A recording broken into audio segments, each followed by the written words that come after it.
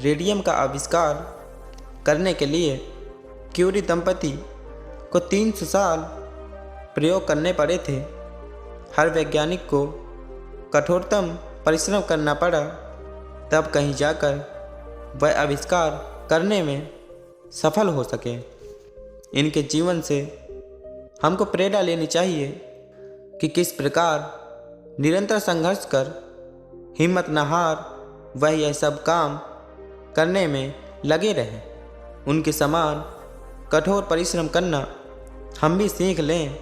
बार बार की असफलताओं के बावजूद वह कभी उदासीन होकर नहीं बैठे, हाथ पर हाथ रखकर नहीं रह गए, उदासीनता को अपने पास भटकने भी नहीं दिया।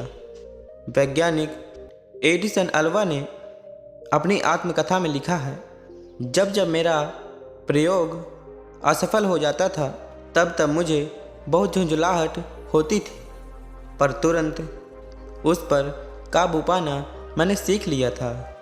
उदासीनता को अपने पास नहीं आने देता था और अपनी असफलता पर ही विचार करता हुआ नए सिरे से सोचने लगता था कि ऐसी क्या गलती रह गई कि जिस कारण यह कार्य नहीं बन पाया।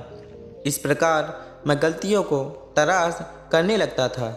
फलतः एक के बाद एक गलतियां करता जाता और आश्चर्य से तब मैं पाता कि मेरा आविष्कार सफल हो गया है। सफलता का यही रहस्य है। जब अधिकतम आविष्कार करने वाले वैज्ञानिक जीवन में सफलता पा गए तो हमारे काम उनके मुकाबले काफ़ी छोटे हैं। हम तो उनके परिश्रम के मुकाबले बहुत कम परिश्रम से अपने काम बना सकते हैं।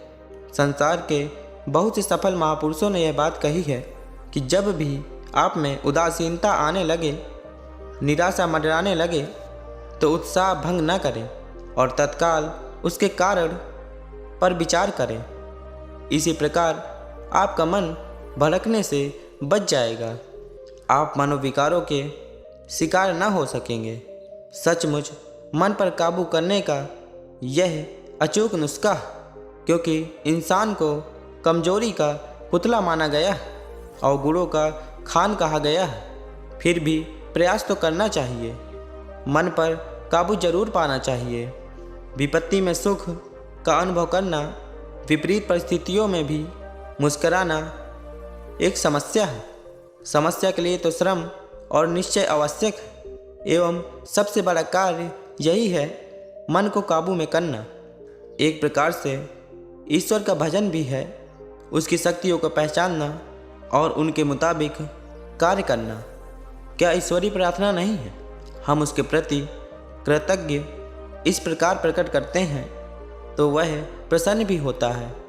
घंटा, घड़ियाल, आरती, नमोच्चारण से बढ़कर यह आराधना है।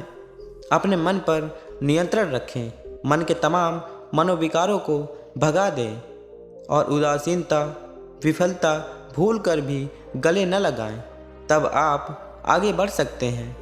वह मनुष्य जो सदा प्रसन्न रहता है, बड़े से बड़े संकट में भी जिसके चेहरे की प्रसन्नता कम नहीं होती, वास्तव में वही सुखी है और सफल है। उसे इस बात का पूरा विश्वास है कि यह जो संकट आया है वह क्षण भर का है और तुरंत चला जाएगा।